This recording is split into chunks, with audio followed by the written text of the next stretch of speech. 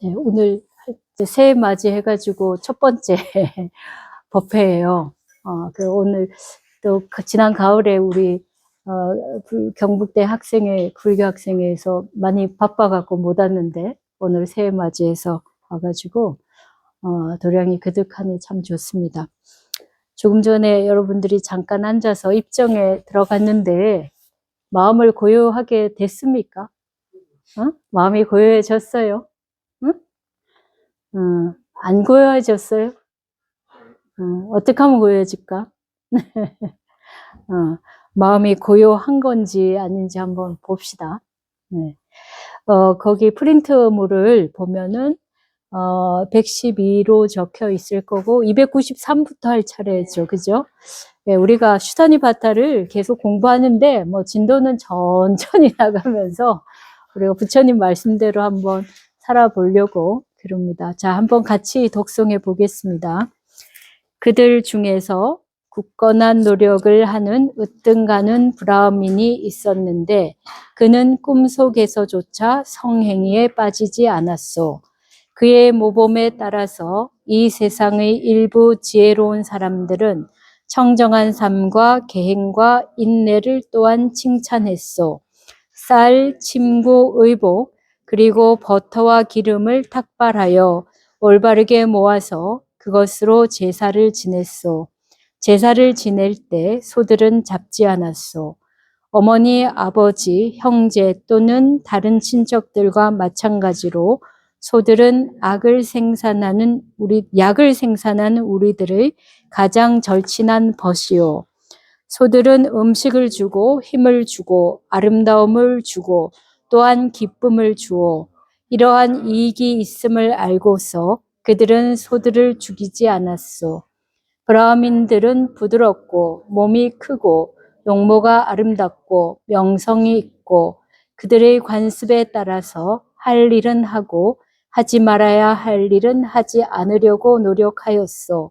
관습이 세상에 존재하는 한 브라흐민 종족은 행복하게 번영하였소. 그들에게 변화가 생겼소.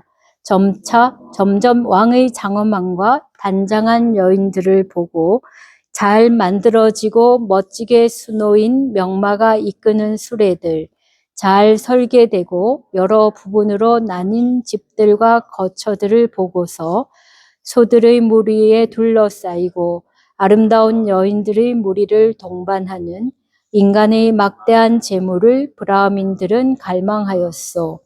그래서 그들은 베다의 진원들을 편찬하고 옥가카 왕에게 갔소. 당신은 재물도 곡식도 풍부합니다. 제사를 지내십시오. 당신의 제사는 많습니다. 제사를 지내십시오. 당신의 재물은 많습니다. 그래서 전차 위의 정복자인 왕은 브라흐민들에 의해 설득되어 말 희생제, 인간 희생제, 창을 던지는 제사, 소마주 봉헌의 제사, 장애 없는 제사, 이런 제사들을 지내고 브라흐민들에게 제물을 주었소. 소들과 침구와 의복과 단정한 여인들을 그리고 잘 만들어지고 멋지게 수놓인 명마가 이끄는 수레들, 여러 부분으로 잘 나뉜 아름다운 집들을 다양한 곡식으로 가득 채워서 브라흐민들에게 제물로 주었소. 그래서 그들은 제물을 얻어 축적하는 것을 기뻐하였소. 탐욕에 깊이 빠져서 그들의 가래는 더욱더 늘어만 갔소. 그래서 그들은 베다의 주문을 편찬하고 다시 옥가카 왕에게 갔소. 물과 토지와 금과 재물과 곡식의 살아있는 존재들에게 필수품이듯이 소들도 인간의 필수품입니다. 제사를 지내십시오. 당신의 제사는 많습니다. 제사를 지내십시오. 당신의 재물은 많습니다. 그래서 전차 위의 정복자인 왕은 브라흐민들에게 설득되어 수백 수천 마리의 소들을 제사에 도살되었소. 발로도 뿔로도 다른 어떤 것으로도 소들은 해치지 않소. 그들은 양같이 유순하고 항아리 가득 우유를 주어 그런데도 왕은 뿔을 잡고서 칼로 죽이도록 하였소. 칼이 소들 위에 떨어졌을 때 대화신 조상들 인드라신 아수라 나찰들이 옳지 않다고 소리쳤소. 전에는 욕망, 굶주림, 늙음의 세 가지 병들이 있었소. 그러나 소들이 도살로 말미암아 98가지 병들이 생겼소. 우리에게 내려온 이 폭력의 옳지 못함은 옛날부터 있었소. 죄 없는 소들은 도살되고 잽과는 올바름에서 멀어졌소. 이와 같이 예전의 이런 좋지 못한 관행은 지혜로운 이의 비난을 받아왔소. 이와 같은 관행을 보는 곳에서는 사람들은 재관을 비난하였소. 이와 같은 정의가 무너졌을 때 노예와 평민이 나뉘고 왕족들은 여러 갈래로 나뉘었소. 아내는 남편을 경멸하게 되었소.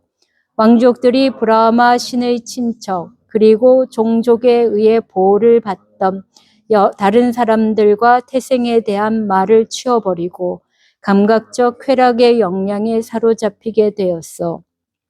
이와 같이 말씀하시자 부유한 브라민들은 부처님께 이렇게 말하였다.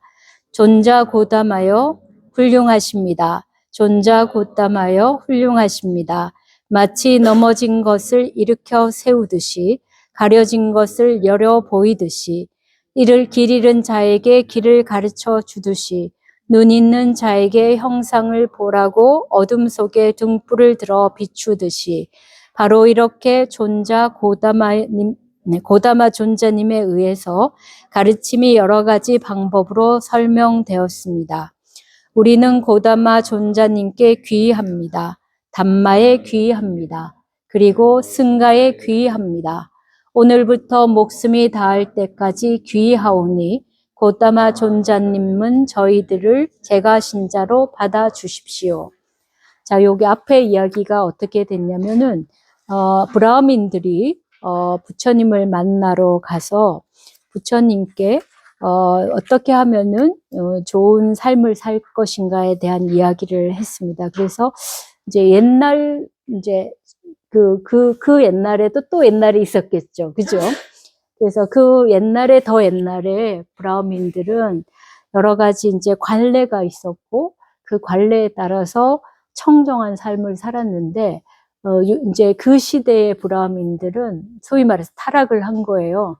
그래서 여러 가지 이제 문제점들이 생겨서 그거에 대한 이야기를 했습니다. 그래서 앞에서는 이제 브라민들이 어떤 관습을 지켰는지를 부처님이 쭉 설명을 해 주었어요. 브라민은 이제 사성제의 제일 윗계급이니까 사실은 부처님하고 무관한데도 불구하고 부처님은 그 사회가 어떻게 이렇게 운영되는지를 잘 아셨기 때문에 이제 그들에게 과거의 관습들을 알려줬습니다. 근데 여러분들 세상이 21세기고 요즘은 AI가 이제 엄청난 속력으로 우리 삶에 들어오고 있잖아요. 여러분들은 관습에 대해서, 관례에 대해서 어떻게 생각해요? 특히 우리 젊은 불자들은 어떻게 생각합니까? 어떤 관례를 말씀하십니까? 뭐 세상에 있는 여러 관례들이지, 관습들. 관례하면 좀 그런 관습들. 가정에서의 관습이 있고 사회에서의 관습이 있을 것이고 그 관습은 계속 바뀌어 갔어요. 그죠? 지금도 바뀌고 있을 텐데 근데 어쨌든 우리 사회에 이렇게 계속되고 있는 관례가 있단 말이에요. 어떤 것이든 어떻게 생각해? 좋은 것도 있고 나쁜 것도 있는 것 같아요. 어떤 게 좋고 어떤 게 나쁜 것 같아? 약간 직장에서 상하관계 명확히 해야 되는 거는 안 좋은 것 같아요. 근데 또 나쁘지 않은 면도 있고 이분법으로 볼 수 없는 것 같아요. 그래요. 예. 근데 이제 이게 이제 우리가 근대에 들어와가지고 관례, 전통이라고도 말하는 것들을 굉장히 부정적으로 타파해야 될 대상으로 생각했었죠. 그죠? 그래서 그동안 많은 것들을 이제 변화시켜 왔는데, 사실은 이제 여러분들이 그냥 단적인 예로 저희 앞에, 여기 앞에 있는 법당이 아주 오래된 건물이거든요. 근데 이제 90년, 70, 80년대, 90년대에 이제 나라가 잘 살게 되면서 이제 사찰에도 어쨌든 여러 가지로 이제 여유가 생기게 됐어요. 그 전까지는 탁발하고, 산에 가서 나무하고 또 나물 같은 것도 뜯어갖고 먹고 굉장히 어렵게 생활하다가, 그러다가 이제 여유가 생기면서 사람들이 어떻게 했냐면은 옛집을 헐고 새 집을 많이 지었어요. 그래서 한옥이라 하더라도 지금 이 건물처럼 새 집들이 많이 생겼습니다. 근데 제가 이제 이 일을 하는 목수님을 이제 하루 일 끝나실 때나 또는 뭐 하루 이틀 지나서 또 중간에 한 번씩 가서 뵙는데, 그분이 그런 말씀 하시더라고요. 자기가 이제 집을 이렇게 수리하거나 짓는 사람이긴 하지만, 이 오랜 세월에 의해서 이렇게 흔적이 남아있고, 그 다음에 이제 그것이 지금의 이제 목수 기술은 거의 기계로 거의 나무를 치목하니까 굉장히 매끈하게 잘 만들어내는데, 옛날에는 다 손으로 이렇게 해서 만들어진 그런 건물을 보면 자기는 그게 더 정감이 가고, 그래서 자기가 목수지만 새로 만든 한옥에서 살래 아니면은 옛집을 고친 집에 살래 그러면 자기는 단연코 옛집을 고친 집에 살겠다고 그렇게 말씀하시는 거예요. 그래서 뭐 그분이 이제 그런 일을 하면서 오래된 것의 가치를 알아서 그럴 수도 있지만, 아무튼 그 오랜 세월에 묻어 있는 어떤 삶의 흔적들이 그냥 한순간에 사라지는 건 상당히 좀 아쉬운 대목이긴 해요. 그 속에 나름의 삶의 지혜도 있고 축적해온 인간의 역사들이 있으니까. 근데 우리가 이제 과거에 이제 근대화할 때는 그런 걸 싹 무너뜨리고 새로 짓고 그랬거든요. 지금도 이렇게 이제 여러 가지 문화재를 보존하기보다는 새로 개발하는 데 훨씬 더 나라의 에너지가 들어가 있어요. 근데 여러분들이 알다시피 외국인들이 한국에 올 때 뭘 보러 옵니까? 뭘 보러 와요? 요즘은 이제 뭐 K-팝 이렇게 해서 굉장히 많이 사람들이 좋아하는데 그것도 결국 우리다운 문화를 보러 오는 거지. 다른 데 없는 걸 보러 오죠. 그럼 그 문화의 DNA는 어디 있는 거예요? 오래오래 묵어서 지금까지 연속되는 것들 속에 있겠죠. 그 중에 또 어떤 거는 시대에 맞지 않고 우리 삶과 안 맞으면은 도태될 것이고, 또 우리 삶에 맞는 부분은 또 변화하면서 발전해 갈 것이고, 그죠? 그래서, 이제 지금 저희 임법당 같은 건물은 사람이 생활하던 공간이기 때문에 한번 만들어진 채로 그대로 있는 게 아니라 필요에 따라 계속 바꾸고 수선하고 고치면서 살았어요. 그러니까 어떻게 보면 다시 원형을 만드는 게 굉장히 어려운 과정. 근데 어쨌든 그 속에 사람의 삶이 이루어져 온 과정들이 있어요. 그거는 그 정감을 우리가 거기에 살지 않으면 몰라. 그래서 나중에 이제 여러분들이 그 집이 다 되고 나서 한번 또 보면 그냥 보기에는 작고 그냥 초라한 집일 수 있지만 거기서 이렇게 잠깐 앉아 있고 머물러 있을 때 느낌은 또 다른 게 있어요. 그런 느낌들을 우리는 보존은 해야 되는 그런 가치들이 우리들의 삶에 녹아 있는 가치 중에 하나예요. 네. 그런데 이제 새로운 것도 결국은 옛 것과 융합이 되어서 발전해야 그게 우리다움의 정체성을 가지는 건데, 그냥 다 뜯어버리고 새 거 지우면 남지가 않는 거예요. 그래서, 항상 이제 우리가 벚꽃창신이라고 했어요. 옛날 것을 본받고 새로운 것을 창작한다, 새롭게 만들어간다, 이렇게 했어요. 근데 여기서는 이제 관례들인데 특히 이제 브라హ미는 사회 지도층이고 종교적인 것을 담당하는 분들이었어요. 그래서 앞에 이야기를 보면 그들이 굉장히 청정한 삶을 산 것을 볼 수 있어. 그리고 그 청정한 삶을 가지고 사람들께 사람들에게 이렇게 이제 말씀을 하고 삶의 모범적인 삶을 보여주고 그랬던 거예요. 그러니까 자연스럽게 우리가 윗물이 맑으면 아랫물이 맑듯이 세상이 이렇게 잘 흘러갔는데, 그런데 그래서 보면 이제 뭐 가축도 없고 황금도 없고 이렇게 뭐 재물이나 이런 거 크게 관심이 없었던 거예요.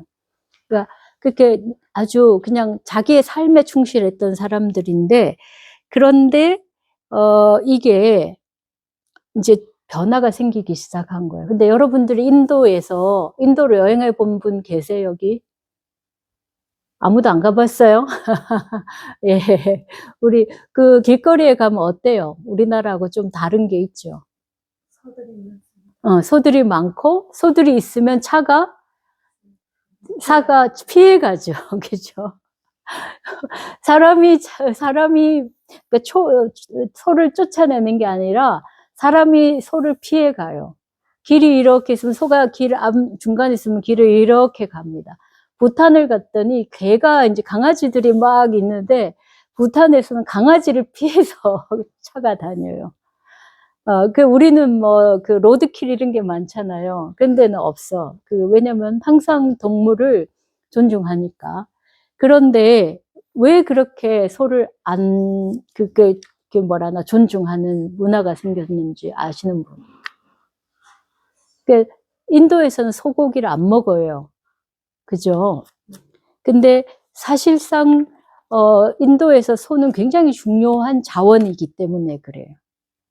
그래서 우리가 이제 인도에 보면은 그 소의 모든 거를 다 쓰는데, 소가 이제 쟁기를 끌고 밭을 갈고, 그러니까 노동력을 대신하는 것도 있고, 그 다음에 소똥이 있죠. 그죠? 그 소똥을 어떻게 하냐면, 그거 모아가지고 벽에, 담에다가 붙여요. 그래서 이렇게 편편하게 하면 마르잖아. 마른 거를 갖고 뭘로 쓰냐면은 연료로 쓰는 거예요. 그러니까 소가 살아서 우리에게 줄 수 있는 이익이 굉장히 많은 거예요. 우유도 주고, 맞습니다. 그렇게 해서 여러 가지를 우리에게 주는데, 어느 시기인가 인도의 어느 역사에서 소를 다 잡은 때가 있었어요. 그 이야기가 여기 나오는 이야기인 거야. 이게 전설 따라 삼천리 같은 것처럼 들리지만 실제 그런 상황들이 있었어요. 그러면 어떻게 돼? 당장은 맛있게 먹었는데 그 다음에 농사를 지으려고 하니까 어떻게 해? 소가 없잖아요. 농사를 못 지어. 그 다음 소가 없으니까 우유도 못 마셔. 그 다음 또 어떻게 돼요? 집에 요리를 해야 되는데 요리를 할 수가 없는 거예요. 그래서 굉장히 곤란해진 거예요. 그래서 이제 어떻게 했냐. 그럴 때 종교가 역할을 합니다. 소를 잡으면 안 된다. 소는 신성한 동물이다. 이렇게 한 거예요. 그게 어떤 의미에서 신성한 거죠? 그냥 천상에서 떨어져서 신성한 존재가 아니라 우리 삶을 가능케 하는 존재이기 때문에 신성한 존재예요. 그죠?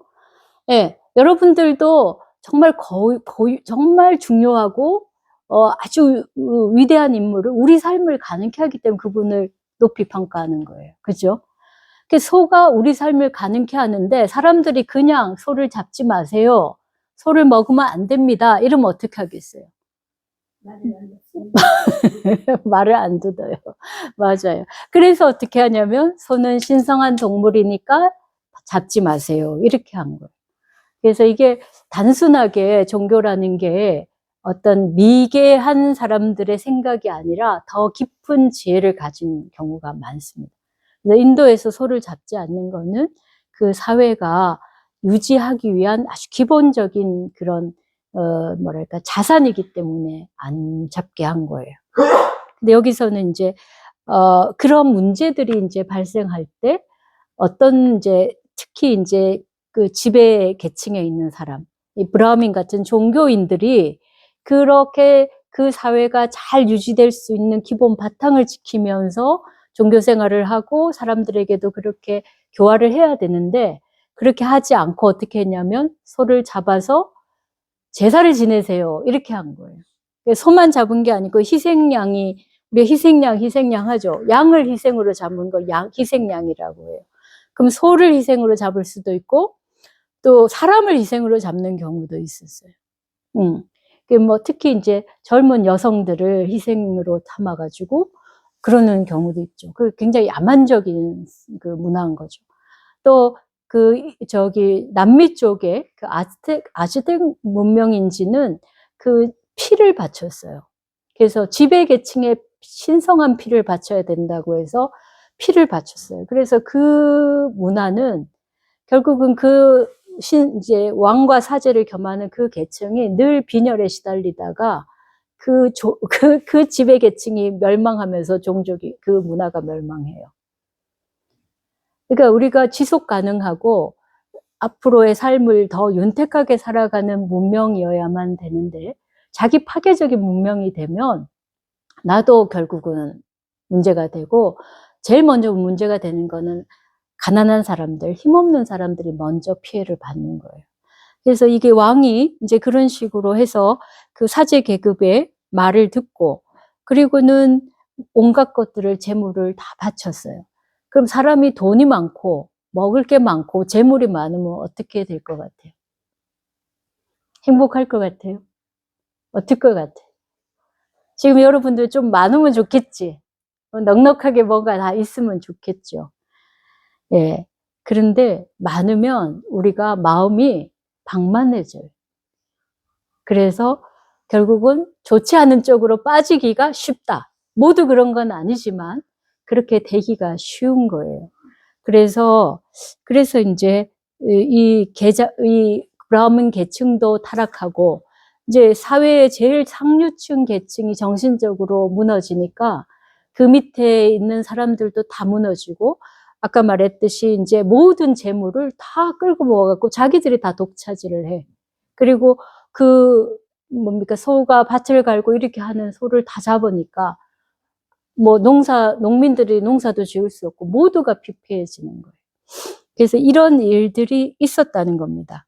그리고 지금 현재까지 그래서 인도에서 소를 신성한 동물로 보는 거는 그런 삶의 지혜가 거기에 다 깃들어져 있는 거예요. 그래서 사람들에게 말로 설득이 안 되니까 이건 하늘의 뜻이야, 또는 이것은 브라움만의 뜻이야, 이런 식으로 해서 그 동물을 보호했던 겁니다.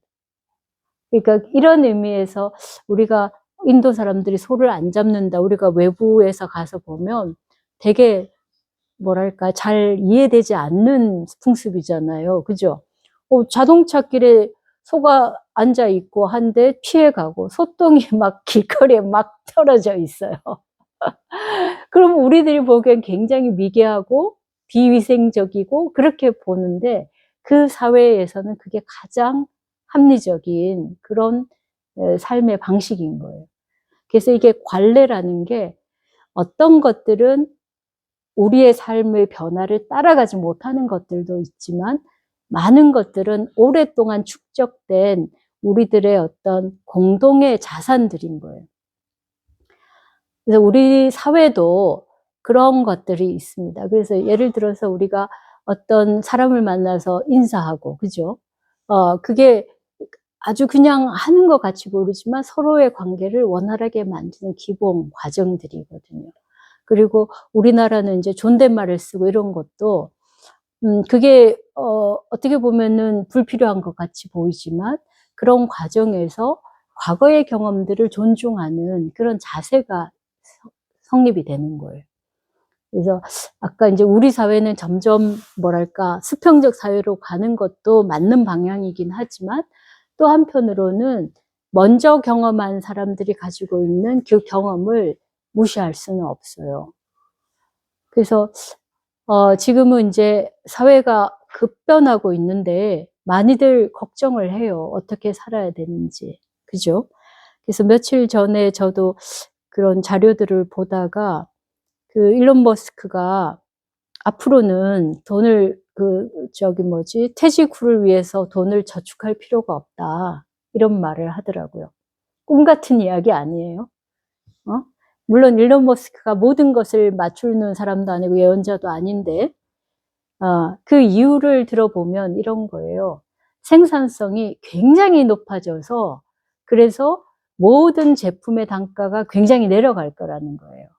이게 무슨 기초연금이나 기본사회 그게 아니라, AI 때문에 생산성이 굉장히 높아지면, 그 생산성이 높아지면은 단가가 내려가는 거죠.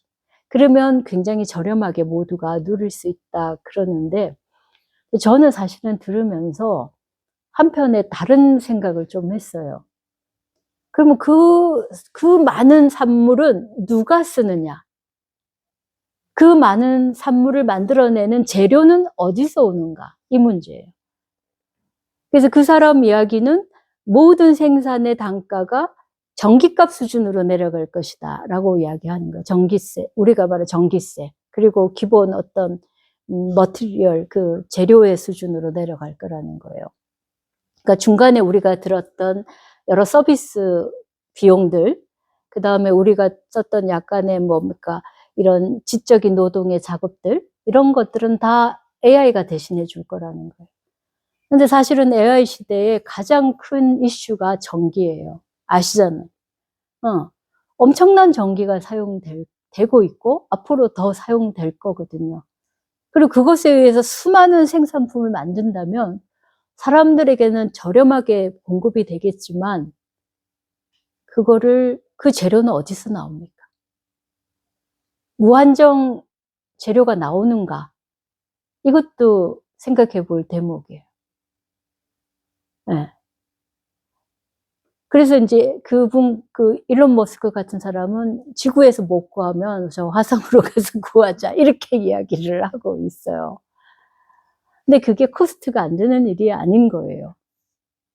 그리고 사실은 지금도 저도 물건이 많아요. 제가 그래서 이제 새로 여기 이제 짐들을 정리하면서 옛날에 짐들을 다 정리를 해서 버릴 건 버리고 이제 나눔할 건 나누고 이렇게 하고 있는데 제 개인의 소지품도 이렇게 보면은 굉장히 많아요. 그래서 제가 어떤 생각을 했냐면 제가 나중에 이렇게 이제 혼자 살잖아요.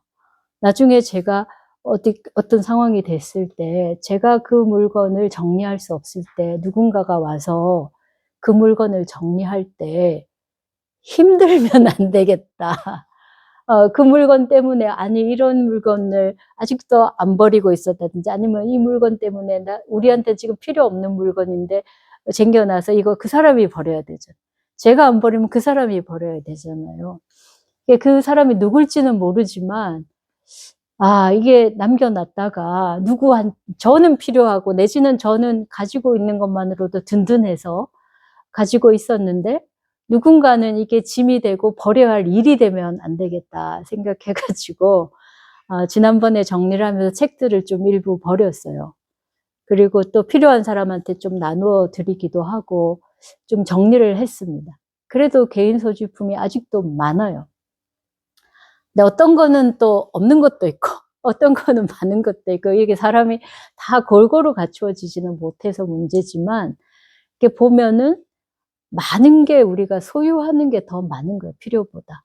지금도 그런데 만약에 그렇게 생산성이 극대화돼 갖고 엄청난 물자가 쏟아지면 과연 우리는 그걸 쓸 수 있을까? 그런 생각이 드는 거예요. 그리고 그렇게 넘쳐나는 물건들 때문에 사실은 정말 써야 될 곳, 정말 보존해야 될 거 우리가 보존하지 못한다면 그건 또 어떻게 해야 될 것인가 이런 문제가 생각이 들었어요. 그래서 이 시대가 어떻게 흘러갈지는 아무도 모른다고 그래요. 저희도 모르고 그런 첨단 기술에 서 있는 사람들도 이게 어떻게 흘러갈지 예측하기 힘든 상황이긴 한데 그런데 분명한 건 그래. 우리에게 주어진 건 제한적인 것밖에 없어요. 일단 우리에게 주어진 생명이 제한적이에요. 아무리 생명을 연장하는 뭐 식품이 있고 약이 있고 해도 결국은 죽을 것이에요. 죽음은 바꿀 수 없는 것이고. 시간이 조금 늘어나겠지. 지금 우리가 예전에는 60만 살아도 많이 산다고 했는데 지금 80도 아유 빨리 가셨네요. 그러잖아요. 100살이 그냥 기본이 되는 사회가 됐어요. 그러니까 이제 우리 시간적으로 좀 더 많은 시간을 우리가 가동할 수가 있게 됐고 또 우리가 사용하고 있는 여러 가지 물건이나 이런 것도 보면 옛날보다 훨씬 많이 사용하고 있어요. 그죠? 근데 그렇다 하더라도 모든 걸 사용할 수가 없어요. 우리 몸이 하나고 우리의 시간이 제한돼 있어서 그래요. 그리고 이 자연도 지구도 제한돼 있는 거예요. 모든 땅을 다 쓸 수도 없고 그 땅을 다 가동해서 우리만을 먹여 살릴 수도 없어요. 이게 한계가 있는 것들이에요. 그래서 지금 이 내용에서 이제 과거의 관례를 존중하는 이 태도를 보면 흥청망청 그냥 보이는 대로 다 써버리면 이런 문제가 생기는 거예요. 그래서 인도인들이 소를 신성한 동물로 만들고 소를 먹지 않는 그 절제를 통해서 자기 문명을 지속 가능하게 지금까지 어쨌든 끌고 왔어요. 지금 예를 들어서 인도의 그 많은 사람들이 다 소를 먹는다. 이러면 어떻게 될 것 같아요? 지구의 소 뼈다귀만 아주 산을 이룰 거예요. 지금 인간세라고 하는 시대에 나중에 이제 시간이 지나서 이제 그 화석을 이렇게 파헤쳐 보면 뭐가 나온다고 그런지 아세요? 닭뼈가 나올 거라고 그래요. 닭을 워낙 많이 먹으니까. 그럼 닭은 이제 사육되니까 엄청난 숫자로 사육되거든요. 네. 그렇게 만약에 인도가 만약에 우리 지금 선진국 수준으로 소비를 하면, 물론 선진국이 잘했고 인도가 안 해야 된다는 건 아니지만, 그 모든 인구가 그 정도의 소비를 하면은 지구가 버텨낼 수가 없어요. 그래서 오히려 이렇게 모든 것이 가능해지는 시점에 가능하지 않는 걸 생각하고, 그래서 여기 말하는 것처럼 절제하는 삶이 필요해요. 그래서 여기 브라흐민들이, 예전의 브라흐민들이 왜 훌륭했냐, 그거는 욕망을 절제하고 자기가 할 수 있는 거를 하지 않았던 것이에요. 그건 자신에게도 결국은 삶을 낭비하는 것이고, 다른 사람에게도 다른 사람이 가지고 있는 여러 가지 자원을 자기가 수탈해 가는 것이기 때문에 그래요. 그래서 제가 요즘은 제가 이제 큰 일을 앞두고 있어서 여러 가지로 이제 약도 챙겨 먹고 그러는데, 옛날에 이제 어느 때에 제가 약을 안 먹기로 결심한 적이 있었어요. 제가 수업 때 한번 말해갖고 좀 오해하시는 분도 계신데, 그게 뭐였냐면은, 제가 이제 체력적으로 그렇게 체력이 강한 사람이 아니니까, 이제 제가 그 키로프라틱을 하러 갔는데, 그분이 제가 너무 기운이 없으니까 기를 넣어줬어요. 전 말씀 부탁도 안 드리고 돈도 안 줄었는데 기를 넣어주셨어요. 그래 기가 팍 생기더라고. 근데 그날 저녁에 절에 와가지고 뭐 다른 거 보고 그냥 잡동사니 일을 한 거예요. 그래서 그 시간을 정말 내가 남의 좋은 에너지를 받았으면 내 건강을 챙기고 더 뭐랄까 생산적이고 좀 더 좋은 일을 했어야 되는데, 이게 내가 그걸 운영할 수 없고 감당할 수 없는 에너지가 들어오니까 탕진을 하더라고요. 그래서 이건 누군가에서 받아서 되는 게 아니고 내가 내 몸을 건강하게 만들고 내가 스스로 에너지를 운용할 수 있는 그런 능력이 있을 때 그것도 받아야 된다. 그래서 약도 내가 그거를 소화할 수 있고 그걸 통해서 그 에너지로 뭔가를 일을 할 수 있을 때, 그런 적어도 자세가 되어 있을 때 먹어야 되겠구나. 단순하게 건강만 해줘서는 사람이 건강할 때 더 몸을 함부로 해요. 우리 옛날 말에 꼬랑꼬랑 80이라는 말이 있어요. 건강한 사람은 자기 건강을 믿고 몸을 막 함부로 하다가 그냥 갑자기 급사하고, 아픈 사람은 맨날 몸이 아프다 하면서 자기 몸을 관리하다 보니까 꼬랑꼬랑한데 80까지 살았어요. 그 옛날에도. 그러니까 자기가 관리할 수 있는 만큼의 에너지와 자원을 가지는 게 훨씬 더 긍정적인 방향이라는 거예요. 제가 그거를 몸으로 느낀 경험이 있어서 그때는 그랬습니다. 그래 이제 최근에는 이제 더 이 불사를 잘 완성해야 되니까 제가 이제 제 몸을 챙기자 이렇게 이제 마음을 좀 달리 먹고 최근에는 이제 약도 먹고 열심히 건강을 챙기고 있어요. 그래서 이 여러분들이 이 나에게 너무 많은 걸 주어진다고 다 행복한 일이 아니에요. 그거를 내가 관리할 수 없으면 오히려 나를 망쳐요. 그래서 옛날에 최부잣집의 여러 가지 가훈 중에 하나가 돈이 들어오는 것도 중요하지만 나갈 때 잘 나가달라고 빌었대요. 돈이 나갈 때 예를 들어서 그 사람이 그 돈으로 마약을 하면 어떻게 해? 돈을 엄청나게 쓰죠. 근데 어떻게 해야 돼? 나가면서 그 집 식구들을 다 치고 나가는 거예요. 그리고 이상한 부정적인 행위를, 부정한 행위를 했을 때 돈을 썼어. 뭐 청탁을 한다든지 뭐 이상한 데로 썼다.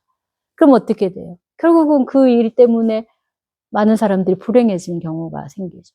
그러니까 정말 돈을 사용해 본 사람은 돈을 버는 것보다 쓰는 게 더 어렵다고 말하는 거예요.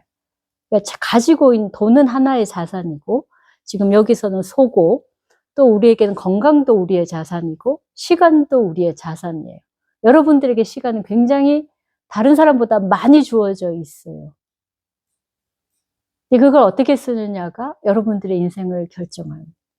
그래서 지금 이 이야기를 이제 옛날의 브라హ민의 이야기로 볼 수도 있지만 우리들의 이야기로도 본다면 우리들이 가지고 있는 자원을 절제해서 사용하고 또 그것을 사용할 만한 어떤 자질, 능력을 기르고 이제 그럴 필요가 있겠다. 그리고 사실은 그러한 삶에서 우리 스스로 경험해야 되는 거는 스스로 청정한 삶을 살려고 노력하는 것이. 사실은 우리가 겨울철에 이렇게 추워도 옷 몇 벌 안 입어도 돼요. 그죠? 요즘은 다 기능이 좋아져가지고 몇 벌 없이도 다 잘 지내거든요. 그래서 내가 욕심을 비우면 가지고 있는 것으로도 충분히 만족하게 살 수 있어요. 그리고 또 그걸로 좋은 일을 할 수도 있습니다. 그래서 오늘 이야기가 요 이제 내용적으로 하나하나 그렇게 볼 필요는 없고 아무튼 그런 이제 오래된 그러니까 새로운 시대가 온다 하더라도 인간의 역사에서 축적해 온 오래된 지혜가 있어요. 그거는 우리 인간의 조건이 바뀌지 않는 한 그대로 유효한 부분이 많습니다. 그리고 우리가 인도는 인도 사람들이 인도 땅을 떠나지 않는 한 유효한 부분이 있을 거고 한국 사람들은 한국 땅을 떠나지 않는 한 유효한 부분이 있고 지구에 사는 사람들은 지구에 있는 한 유효한 부분이 있어요. 그러니까 오랜 경험을 존중할 필요는 있습니다. 물론 그게 전부는 아니지만 그래서 벚꽃 창신이란 말이 옛날부터 있었어요. 옛것을 본받아서 새로운 것을 만들어가는 그런 지혜로운 불자가 되기를 바랍니다. 네, 오늘은 여기까지 하겠습니다.